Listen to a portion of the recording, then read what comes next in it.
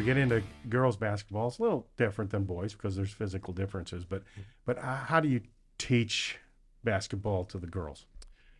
Well, in general, I'm kind of a perfectionist kind of guy. I'm a detail-oriented guy, so I love. So is my wife. Mine too. But it's to me, it's the little things that make big differences. So I like. I'll focus on the small things in practices or plays or how they're reacting to things. It's those little details that bring big differences. Outside of the nuts and bolts of the detail-oriented thing, I really love the girls' game over the boys' game because of the attitudes of the girls, to be honest with you, how the game is played. They still really play a basketball game as opposed to a one-on-one game. They like to have fun. There's a quote that someone told me a long time ago, another coach, about boys have to win to have fun, but girls have to have fun to win.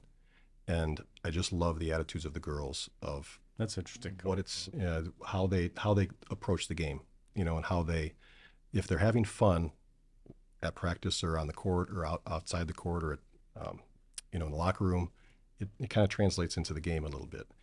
So I'm learning that more and more over these years of coaching them. I'm coming up with boys for 15 years and then transitioning to girls. It took really a while to really understand that. I think watching girls basketball, as I watch the highlights, I get the impression that the girls think quicker out there.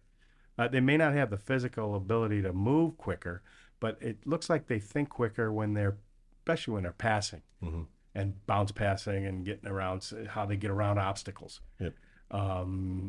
Most guys I see think they can dribble out of it, and sometimes it works, sometimes it doesn't. But that's what I noticed about the girls basketball. Yeah, well, there's a challenge to it in that the girls. The thing that I love about the girls is that they are mental. They're mentally aware, and they play the game how the game is coached or how the game is taught. They'll run through, for example, actual play sets, and they understand what they're supposed to do, as opposed to the boys who just will react to what's going on. The challenge with the girls on the flip side is that they can become robotic in that this is a play that we're running. So now I run here and then I'll set this screen here, but then they might not have that reaction to, well, the defense did this. I could have gone this way. I could have reacted a different way, where that's all the boys do. Yeah. And they abandon, the sets or the plays that you're designing, and they go and freelance. I had a coach that told me one time that, look, I don't care if you know what you're doing out there and you don't know, but run around and try to make me look good. Right. Well, yeah. And that's the only way I look good is if I'll give that to Cleat Aim. That's Cleat Aim. Yeah, there you go. Nice job.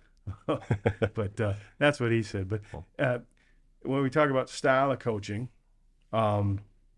is your style of Bobby Knight, I'm going to throw a chair across, or Tom Izzo, get up and scream in the officials, or is it more like, I don't know, I guess you would say maybe John Wooden, the old UCLA coach, was very cerebral. Mm-hmm.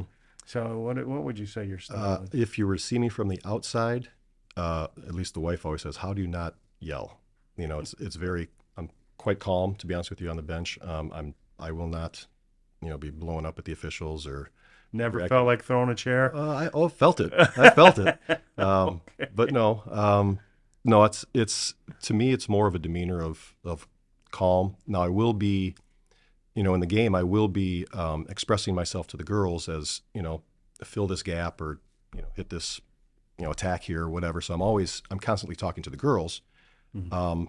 But I would say that I'm a lot more calm on the bench than animated on the bench. I'll see a lot of coaches that are loud and, in the huddles or. Yeah, I've seen Tom Izzo go out there and scream and yell, and then he's out on the court when they're playing the game and like he's the sixth man or something. Yeah.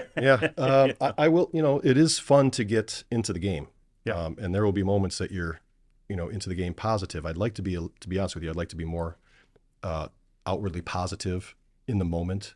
But as I'm watching the game, I'm seeing things differently than my wife does or a lot of fans do, or even players on the bench, where I'm watching certain things that I might not see, what this player from the other team is doing or what our fifth man is doing, because I'm watching, maybe underneath the basket at this point in time, or I'm watching what our Are we setting the proper screens? Things like this. So I'm not watching other things. So you see different things on the court than other people that are watching.